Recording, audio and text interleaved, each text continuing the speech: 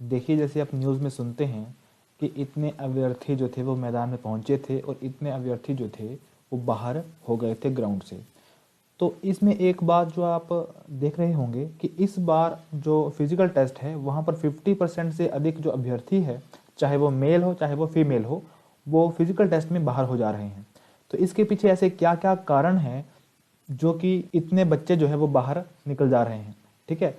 और आपको किन किन बातों का ध्यान रखना है ताकि आप जो है वो इन 50% में ना आ जाएं और बाहर चले जाएं, ठीक है। तो आपको कुछ बातों का ध्यान रखना है, ठीक है। तो चलिए देखिए, सबसे पहले यहाँ पर जो हमें देखने को मिल रहा है कि इस बार जो हाइट मेजरमेंट की जा रही है उसमें थोड़ी सी ऊंच नीच की जा रही है, ठीक है। ऊंच नीच इन द सेंस, मेरा एक फ्रेंड था तो उसको पहले 1 नंबर मिलता था, ठीक है। उसने पहले भी 2017 में भी उसने भर्ती देखी हुई है और 2019 में भी उसने भर्ती देखी हुई है और उसको दोनों बार 1-1 नंबर मिलता था, ठीक है। लेकिन इस बार उसको कोई भी नंबर नहीं मिला है, यानी कि उसकी जो हाइट है वो तो भाई वो तो कम तो होगी नहीं, ठीक है। यानी कि वहाँ पर उसको मापने में थोड़ा सा जो है वो गड़बड़ी की होगी। तो हाइट में भी यहाँ पर थोड़ा सा जो है वो सख्ती कर रहे हैं, ठीक है। तो जब आपने हाइट मेज़र करनी है तो आप थोड़ा सा सही ढंग से खड़े होने की कोशिश करना, ठीक है।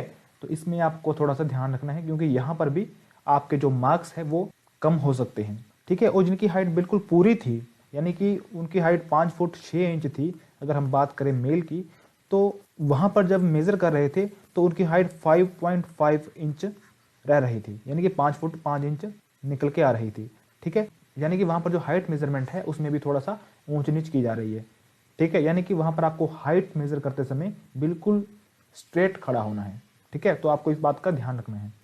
नेक्स्ट जो यहाँ पर चीज़ निकल के आ रही है वो है हाई जंप, ठीक है।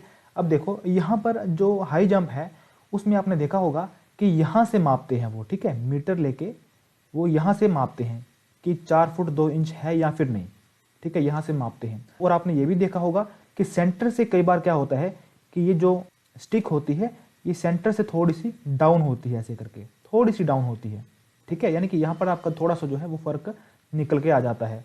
लेकिन इस बार क्या है कि इस बार वो सेंटर से मेजर कर रहे हैं, यानी कि यहाँ से मेजर कर रहे हैं मैक्सिमम सेंटर में, वो सेंटर से ही मेजर कर रहे हैं कि यहाँ से आपकी 4 फुट 2 इंच होनी चाहिए। यहाँ से भी मेजर कर रहे हैं, यहाँ से भी कर रहे हैं और सेंटर से भी कर रहे हैं, ताकि जहाँ से आप ऊंची कूद करें वहाँ की जो हाइट है वो 4 फुट 2 इंच ही रहनी चाहिए, ठीक है।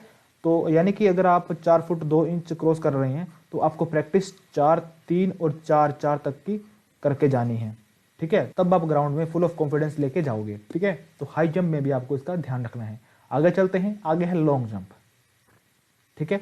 तो लॉन्ग जंप में आपको 13 फीट क्रॉस करना होता है। तो वहां पर पहले क्या होता था, थोड़ा बहुत जो था वो ऊंच नीच हो जाती थी, मतलब अगर आपका हाथ यहाँ पर भी लग गया है, ठीक है, ऑन द लाइन पर भी लग गया है, तब भी जो थे वो आपको पास कर लेते थे। लेकिन इस बार क्या है कि इस बार 1,87,000 जो फॉर्म है वो निकल के आए हैं, यानी कि वो भरे गए हैं, ठीक है।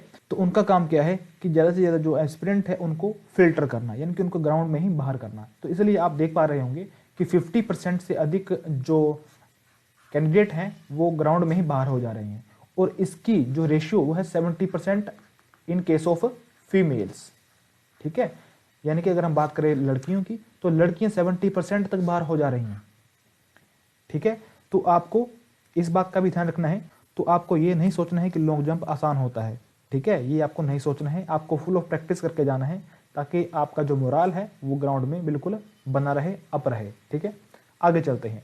आगे अब यहाँ पर 1500 मीटर रेस की बात की जाए तो सबसे कम जो ग्राउंड से बाहर होते हैं वो होते हैं इस 1500 मीटर रेस में, ठीक है, क्योंकि ये काफ़ी आसान होती है और आपको टाइम भी जो है वो 6.5 मिनट का दिया जाता है इन केस ऑफ मेल, ठीक है। तो यहाँ पर जो है वो काफ़ी कम जो एस्पिरेंट है वो बाहर निकलते हैं।